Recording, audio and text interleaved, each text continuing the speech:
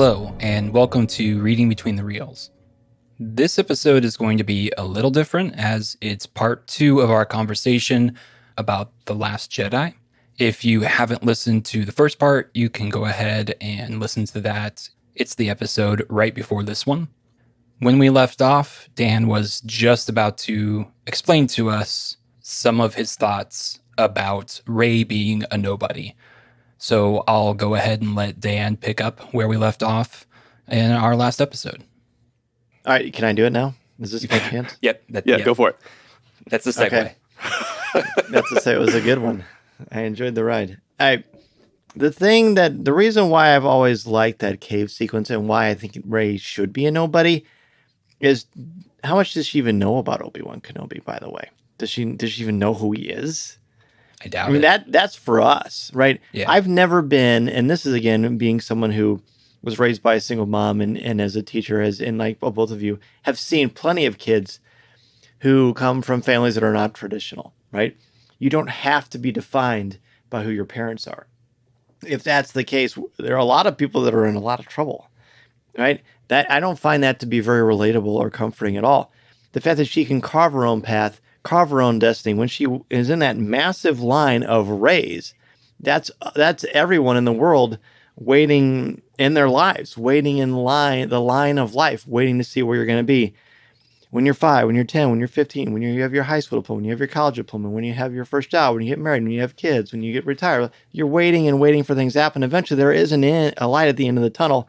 There's a place to finally come face to face with who you are or who you're supposed to be. And when she sees that breathless moment, when the fog clears and she actually sees herself, she sees that I'm me. That's okay. I'm just me. That's enough. That is more than enough. I don't have to be Luke or Han or Han's daughter or whoever's daughter. I can just be Rey. To me, that is so beautiful and so comforting. And to me, that would be you're not Michael Jordan's son anymore. You're not Magic Johnson's son anymore. You're just Rey. You don't have to live up to some legacy. You can create and forge your own legacy. That has got to be so freeing. Talk about removing the shackles of burden of greatness that you may or may not want, where you actually get to choose for yourself, right? I mean, the great thing about one of the many, many, many great things about Hamlet, to me, the best narrative of all time, is that Hamlet's great, his great purpose, his great burden. There are many, but one of them is that he's the Prince of Denmark, but he doesn't get to ascend to the throne. So that's another problem where he's like, wait a minute, but I do have a destiny. I don't even know if I want to get it, but it's been taken from me. She doesn't even have to face that.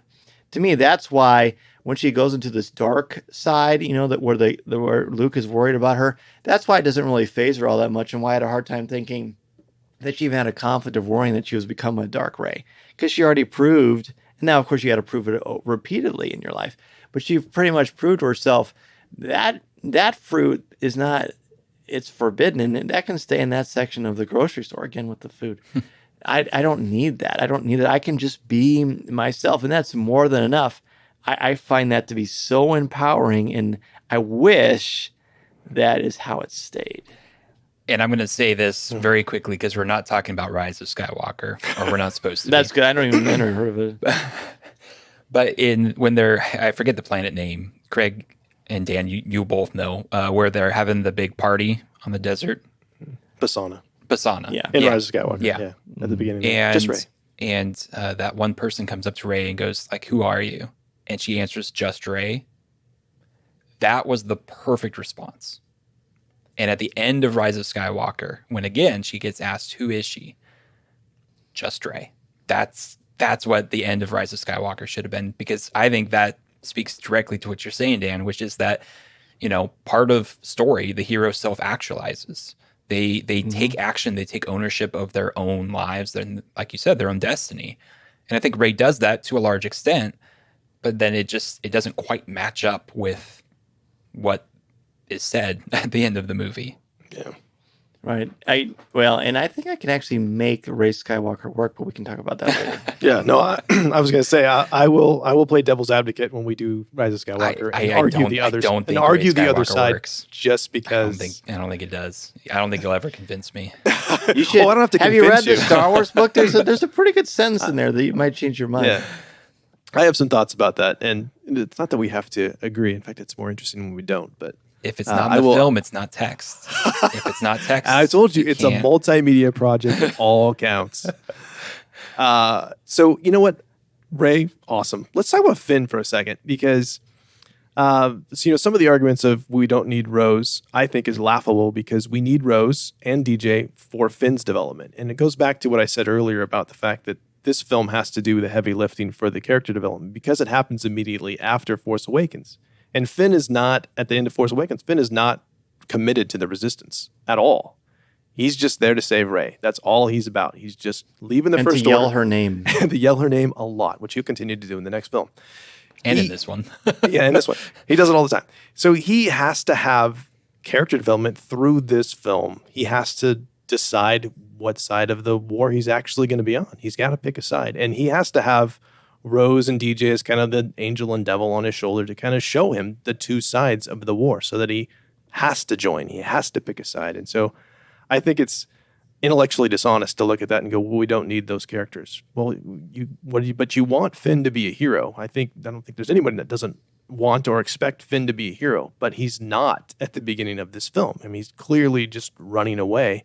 You need Rose and you need Canto Bight for those experiences for him.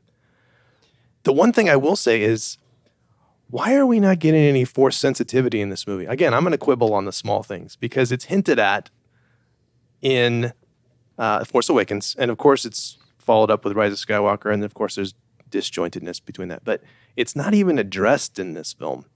And again, maybe I'm misreading what I got from Force Awakens, that we're kind of hinting that, yes, in fact, that was the Force awakening in him that caused him to not fire on the villagers on Jakku. But it's not even alluded to in the slightest bit in this one. And I think I would have appreciated even just a one-off line somewhere in there about that. What do you guys think about that? Oh, I think him not firing on the villagers is because he has a conscience and a soul. I don't think it has anything to do with being Force sensitive. And besides him holding a lightsaber a couple of times, I don't think he shows any Force sensitivity at all. We want him to. In fact, when I was in Celebration Anaheim, right before The Force Awakens came out, and I saw one of the pieces of concept art where Finn had a lightsaber, I was like, what? And that's kind of cool. But it was never really brought forward.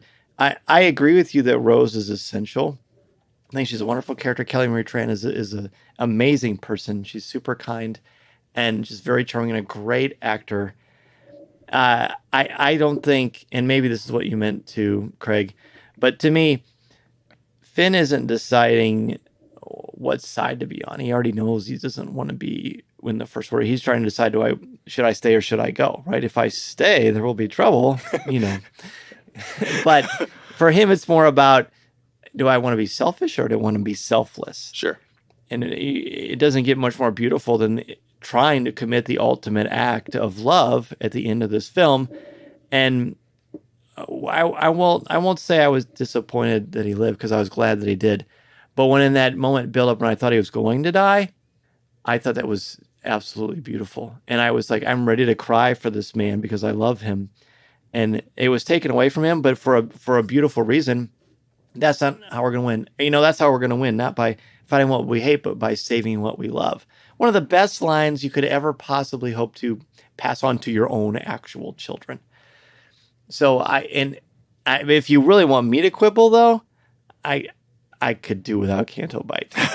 Canto Bight does not work for me at all. And DJ is... I'm really curious. Why is that?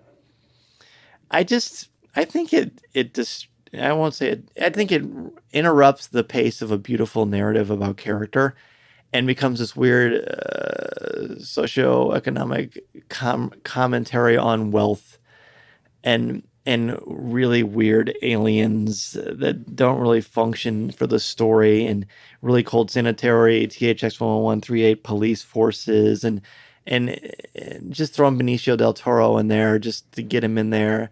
I don't think it works at all, and it never pays off later. They could have done something else with those characters. I when I watch The Last Jedi, of course, I will never fast forward over a scene in a Star Wars movie. But if I were pressed, I would skip that. There you go. I don't think it serves. I don't think I learn anything about any of these characters from anything that happens in that. See, I've said something similar where if I had to cut maybe 15 minutes from the movie, Canto Bight is probably what I would cut. Yeah. You know, if I was forced to. I don't mind it. I think it's probably the weakest part of the film, and I think Finn's journey is probably the least obvious change. I don't know if I would. He's a very deep character. He's not. He's not. And John Boyega was frustrated with that. And he should have been. Yeah, and I definitely agree with his frustration, and I see that. I think Finn is a fun character, but he doesn't have. He's not written with the same depth that Kylo or Rey. And Rose. Even Rose, or even Poe gets, and I think Poe was a fairly shallow character in Force Awakens, and he gets a lot more depth in this one, and it's just unfortunate. I think there was a big thing missed with Finn's background as a stormtrooper, a former stormtrooper, that never really comes back around very much. I mean, there's the infiltration, right? But Star Wars characters infiltrate things all the time in all movies and get away with it almost all the time. So that feels like a very Star Warsy thing. But his background, I feel like there could have been more where he runs into someone he used to know. And this is, an opportunity. I feel like that was missed in Rise of Skywalker too. I keep coming back to it, but there was never really any payoff for that. I do think I love seeing Rose and DJ contrasted with each other. I think those are the two perfect characters to have in the same room because they are so different. And Finn is kind of like Rey, searching for his destiny in the film. And I think that I agree with you, Dan, where he knows that he doesn't want to be with anything to do with the First Order. But I don't think he's committed to caring about other people other than Rey. Right. Agreed. Selfish versus selfless, which is why the end is so amazing. And yes, thank you for correcting me because I didn't mean what to say. He clearly wants to leave no. First Order. I knew that. Yeah. We knew you knew that. Okay, good. Sure. Yeah. But again, Finn, I said this last time, Finn doesn't have a theme song. So Finn's getting the short end of the stick left and right. I mean, and when you a major said that character on your last show, it blew my mind. I was like, oh my gosh. And then I felt better because Han Solo didn't have one until John Powell and John Williams the solo movie. That's true. But he has the Han and Leia theme. So there's even that. He's getting a little bit of love. There's not a, Rose and Finn theme. Nothing. I don't know. Rose and Jenna theme. I would love to ask John Williams what happened there. Yeah. We should. Did you forget about him? Get him on the show. Yeah. I was in the room with him, but I didn't. Hold him down. Look, I need to know why. Tell me why. So really quickly, this is going to sound sacrilegious in a way. Not a fan of the Yoda puppet. That is sacrilegious. Yeah, get off this podcast.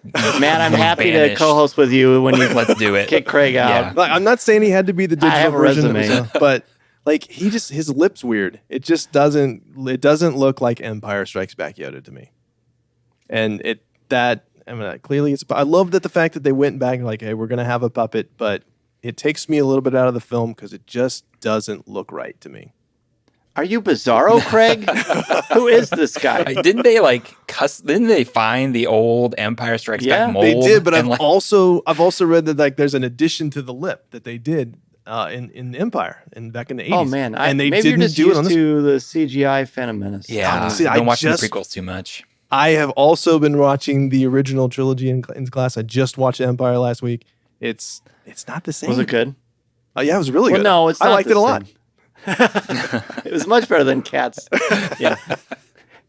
No, I love you, buddy, but I don't. Yeah, I don't agree. I think it's a personal quibble. It's fine. a personal default or defect with you. It's Are your sponsors paying you by the quibble? Is that what's going on here?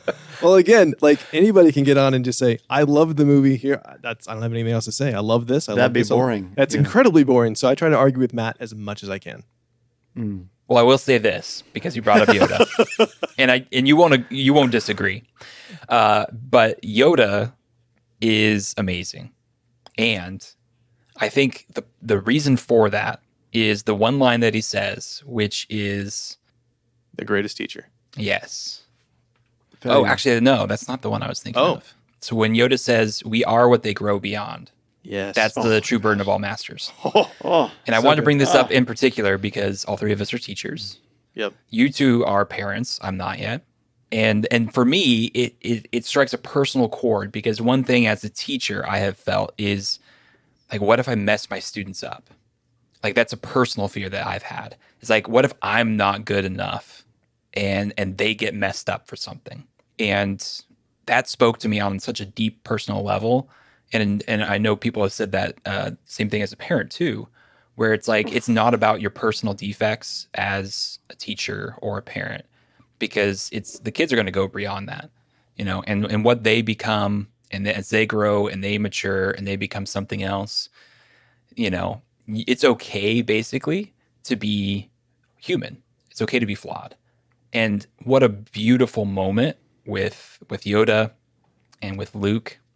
Even if his lips are moving weird, I think it's beautiful. And that is just one of my favorite parts in any Star Wars film. And that's also one of the reasons why I love the movie, is because there's several moments that are like my favorite moments. And I can keep saying that about all sorts of different scenes within the movie. But any thoughts from you guys? Oh, plenty. Craig, you go ahead if you want to go first. Well, I know, Dan, you're a huge fan of The Greatest Teacher Failure Is, as Yoda's line. I mean, that one, let the past die, kill it if you have to, is another one where it's like, here's the theme of the movie. We're moving beyond, what has come before. You need to let go, which is, It's called meta commentary. exactly. Right? It's going to be okay if this movie has flashbacks in it. I mean, the villain's a Vader fanboy. So. He's a Vader fanboy. It's okay Yes. if BB-8 says, I have a bad feeling about this, and you can't understand what he says. Right. But also we have everything we need. I mean, there's so much meta commentary in this film that, if you're paying attention, like he's definitely challenging us, but also letting us know it's going to be okay. We are, read the exact line for me again. We are what they grow beyond. That's the true burden of all masters. So when I actually gasped, I audibly gasped when I heard that in the theater, because I thought, oh, Yoda gets it, man. Yoda gets what so many parents, so many soccer parents don't, soccer moms don't get. We're just one piece of the puzzle. As a teacher, as a parent, I hope I plant some seeds. I hope I make an impact. I hope that I help them, inspire them. But at the end of the day, they grow beyond me, and I'm just going to be a footnote, even with my own kids. Is that sad and scary? Well, sure. But it's also not, because it's very human. And, I think about the impact my parents had on me, good, bad, and indifferent. And I'm the same way. Like, that's life. Luke, let go of what you think happened with Ben. Let go of what you think how you might fail Rey, or you might help her, because you're just a piece of the puzzle, man. Get over yourself. That is the big lesson that Luke has to learn. And wow, don't we need that? Just gonna marinate on that. Back to the meat. It's true. So that's for me what brings it back to where this film feels more mature. What we talked about at the beginning. Brave. Yeah. Brave film. And I think it tries to penetrate deep into that human condition and get to kind of the core of it. As a teacher, Luke was not the best, and that's okay. And that's what he learns at the end. Yeah, just because you're talented doesn't mean you're good at it. I mean, you can teach it, or vice versa. You're a good basketball player doesn't make you a good coach, right? Good coach doesn't mean you're, all the way. Here we go. Yeah, I just want to say too, just about the film, that as much as it challenges us, I think that there's nothing in the film that breaks Star Wars, in a sense that there's nothing that you can't connect logically, if that makes sense. I mean, even things like the dyad and the whole Force time thing, you can go back to Kenobi's statement about how the Force binds the galaxy together. Everything is a logical extension. Luke's characterization, which I know a lot of people have issue with like, that's not my Luke Skywalker. But like we've walked through that multiple times tonight, talking about how this makes sense that this would be the way things could go 30 years from now. That this makes sense how he could have not shared with Ben his failures, his failure in the cave. Like, how great of a lesson would that have been? Here's what I did wrong. And because of that, this is why I have this metal hand, for instance. I mean, he's going to have to tell that story at some point, isn't he? You'd think. And maybe he has. I don't know. Yeah. I hope we get, to me, the missing piece of the puzzle is all those years. I think it's 13 years where Luke and Ben trained together. There's so much meat on that. Gosh, that is just going to be, if we ever get that, that would be fabulous. Yeah. It's right for someone to make a story out of that. I would like an animated series of 13 years long. Would that be the best? Yeah, that'd be the best. Every second. Here's them having Or Disney lunch. Plus. There you Disney go. Plus. See, yeah. There you go. We're available for pitch meetings Let's do anytime it. you want. There you go. Let's do it. We'll write it. Let's I know do it. some people. Let's go. I think the last thing for me was the Holdo maneuver and how kind of extraordinary that was. And I was reminded that theaters had to post little stickers or pieces of paper on the outside of the theater door saying that, there's silence in the movie. It's artistic intent. Like, nothing's broken. Don't worry. Fantastic little scene. That's one of my favorite parts of the movie. It's such a heroic thing to do for Holdo, and we see her in a fantastic light. And I'm really curious what you think, Dan, about Holdo, her decision to withhold information from Poe, and Craig. You kind of reminded me, talking about breaking Star Wars. That was one of the big quibbles online, was that the Holdo maneuver broke Star Wars, because if you can just ram a ship, then why not do that all the time? And I'm just kind of curious on your thoughts. One of the reasons you wouldn't do it all the time is because people would die, and it would break a lot of ships. That's, to me, verisimilitude is so important, and people sometimes miss that. I love it. I think it's great. It was talk about a beautiful piece of cinematic storytelling, using sound and lighting and dramatic effect to really punctuate a moment that we've never seen in Star Wars before.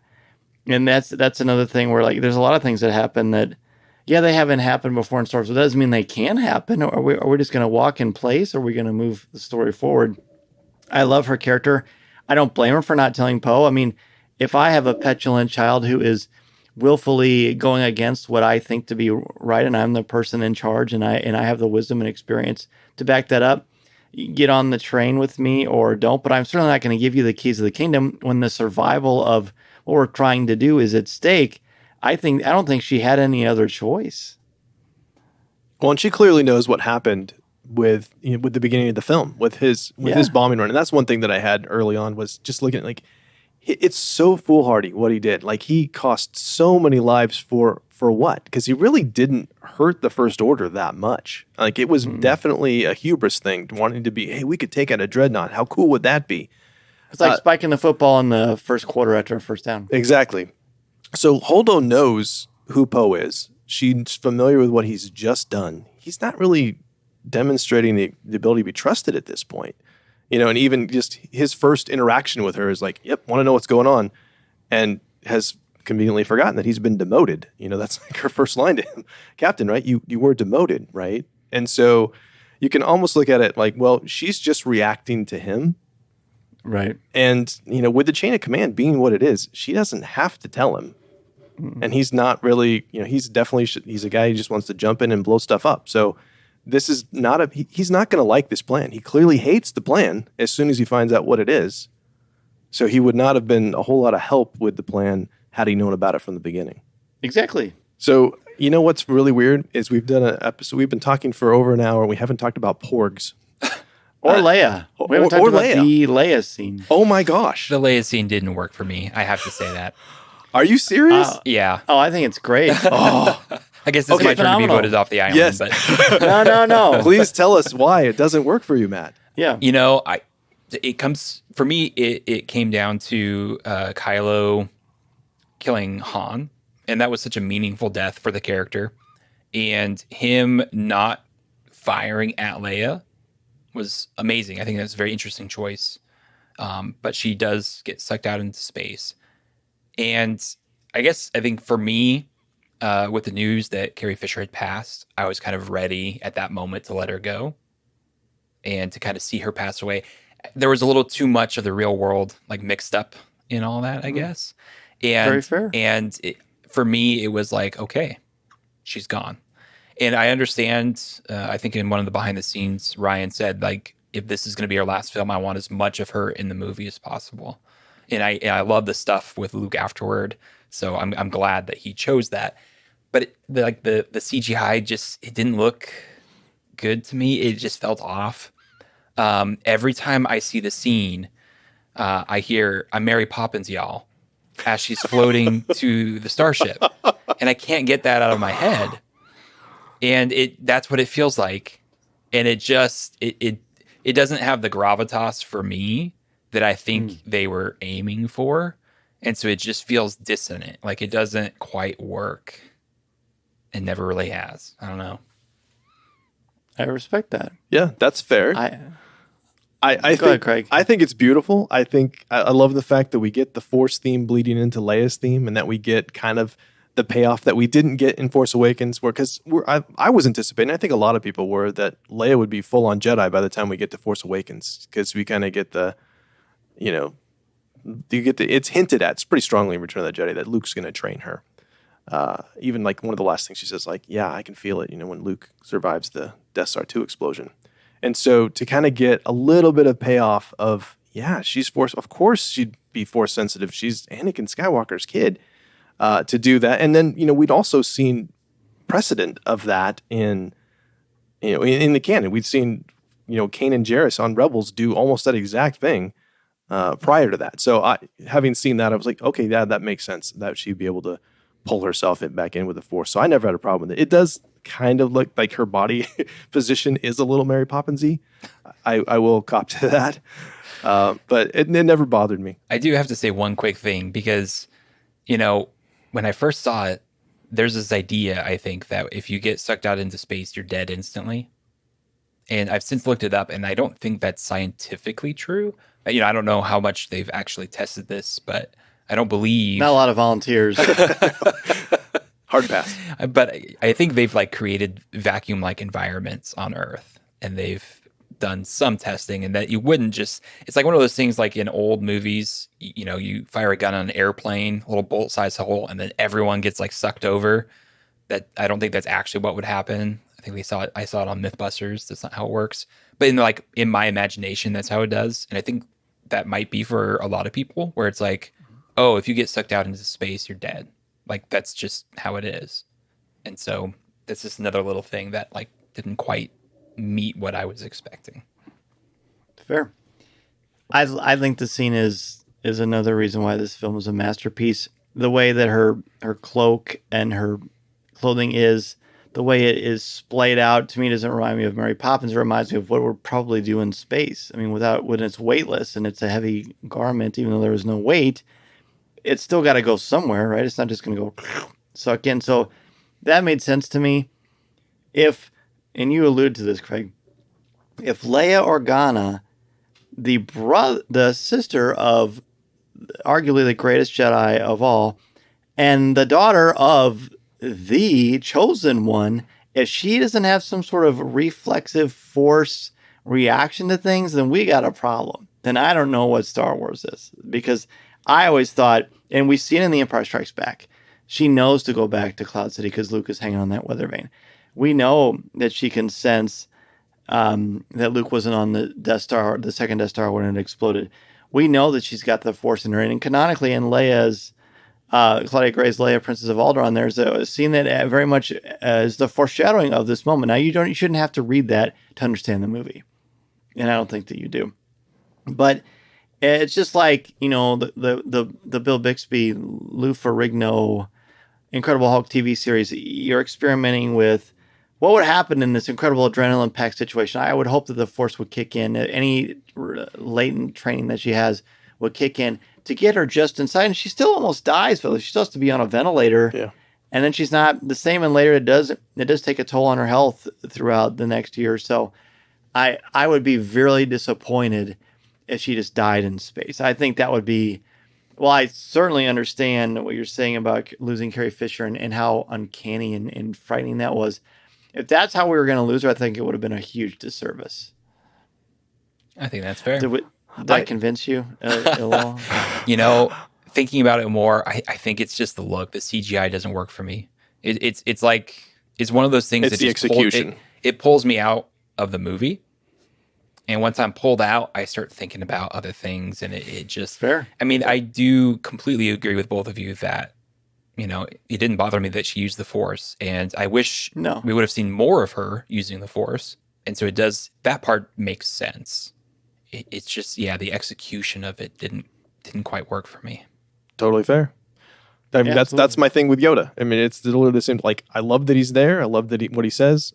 The execution pulls me out. And there's a million moving parts in every film, and they're not always going to fire on all cylinders. It just kind of is the way it is. So, final thoughts. Final thoughts on The Last Jedi. I just want to start talking about Rise of Skywalker. I mean, that's you want to be depressed? It's going to be embrace fun the to anger. talk about it. I want to do my Kylo Ren impression. I want to take out my anger and frustration. I mean, The Last Jedi. I'm just going to walk. The Last Jedi is a fantastic end to the Skywalker saga. We have everything we need, and we did. In the movie, we had everything that we needed. Yeah, we do. And that's I don't know about you, but I'm a big fan of Game of Thrones. I've only seen the first season. Okay. Well, seasons like 1 through 4, fantastic. 5 through 6, okay.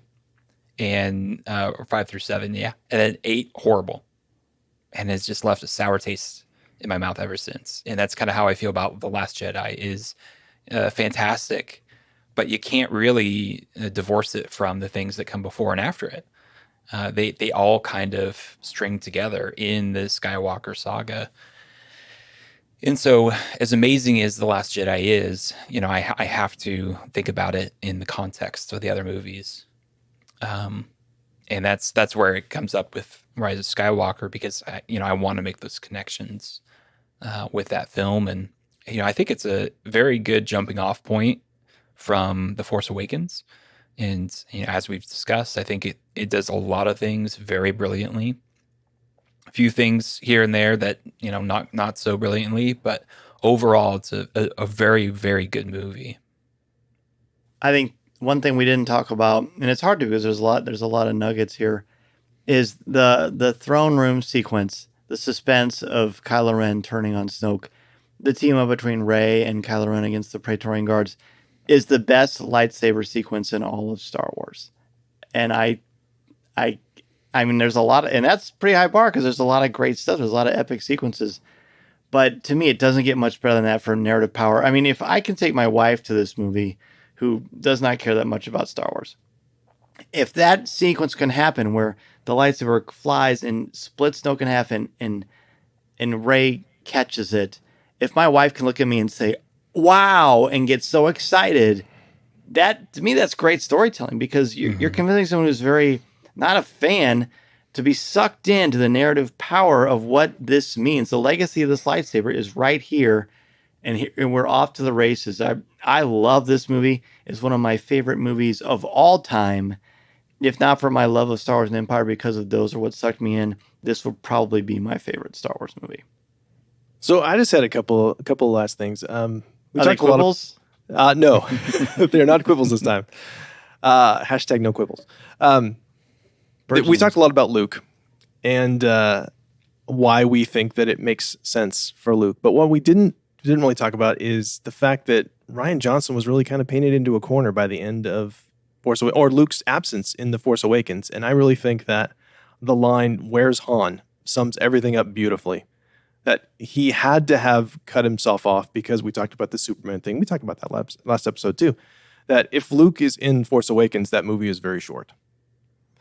And so you have to have this situation where Luke is a shell of himself. Otherwise, otherwise he would have been in the last movie. And so I think that Rian Johnson is given a really interesting puzzle to figure out, and he did it beautifully. And so anyone who has a problem with, well, how come Luke's not the all-powerful Jedi that I saw at the end of Mandalorian Season 2, for instance, well, you should first ask J.J. Abrams why that's the case, because he was not in that film that way. My last thing that I want to say is that I agree, Matt, with what you said about you have to look at this movie in the context of Episode 7 and Episode 9, and so it's kind of limited in that way. I'm talking about why Finn doesn't have Force powers, because that's something that is alluded to. It's alluded to in Episode 9, and because I can't separate. I'm always thinking of context for everything else. But that makes me very excited for Rian Johnson's trilogy. Give the man some room that's not connected to everything else. Let him tell his story from beginning, middle, and end that he gets to plan out, and I'm all in. Because that's a story that I'm very interested in to see, because I do believe that he knows how to go back to the well to figure out, we talked about earlier, not to base Star Wars on Star Wars, but to base Star Wars on the things that Star Wars was based on. I think he has a great understanding of that, and I'm really excited to see what he could do when given that freedom. I am into that. And why? And let's not forget, when we first saw The Force Awakens for the first time in our lives, how excited we felt that we were seeing Luke like that, and then there was a cliffhanger. I mean, that's great. That was great, powerful storytelling, and I've always been a proponent, whether it's comics or novels or Disney Plus or films or whatever the case may be. A good writer, a good storyteller can make anything work. They just can, and I think that we saw that in this movie, and we saw there were moments in The Rise of Skywalker, but unfortunately, we're gonna have to wait till another time to talk about that. So, Dan, before we get out of here, why don't you tell everyone where they can find you on the interwebs and the internet and the World Wide Web and all those places? Yes. On your Google machines, boys and girls. Well, Matt and Craig, thanks, guys. This was insanely fun. I was really fired up all day, and this is even better than I anticipated. So thank you so much for having me on. You can find me on Twitter at Mr. Zehr, MRZEHR. If you have a podcast or blog or want to start your own, you can certainly go to danzmedia.com. I can help you take that first step into a larger world. You can find my writing on StarWars.com and occasionally on IGN. There is a book called The Star Wars Book, which you can find on Amazon.com, which is part of the canon, even though it's not in the movies. That was for Matt. And that I wrote with Pablo Hidalgo and Cole Horton. And of course, you can find me each and every week, twice a week actually, on Coffee with Kenobi. We have Facebook Live Monday nights at 8 o'clock p.m. Central Standard Time. The regular show comes out on Thursdays, and Coffee with Kenobi is all over social media. So just as we close, we want to say thank you so much for listening. If you would like to connect with us, you can find us on Twitter and Facebook, or you can email us at readingbetweenreels@gmail.com. And if you haven't yet, please join our Facebook group. It's a safe place to share your thoughts and discuss all things related to movies.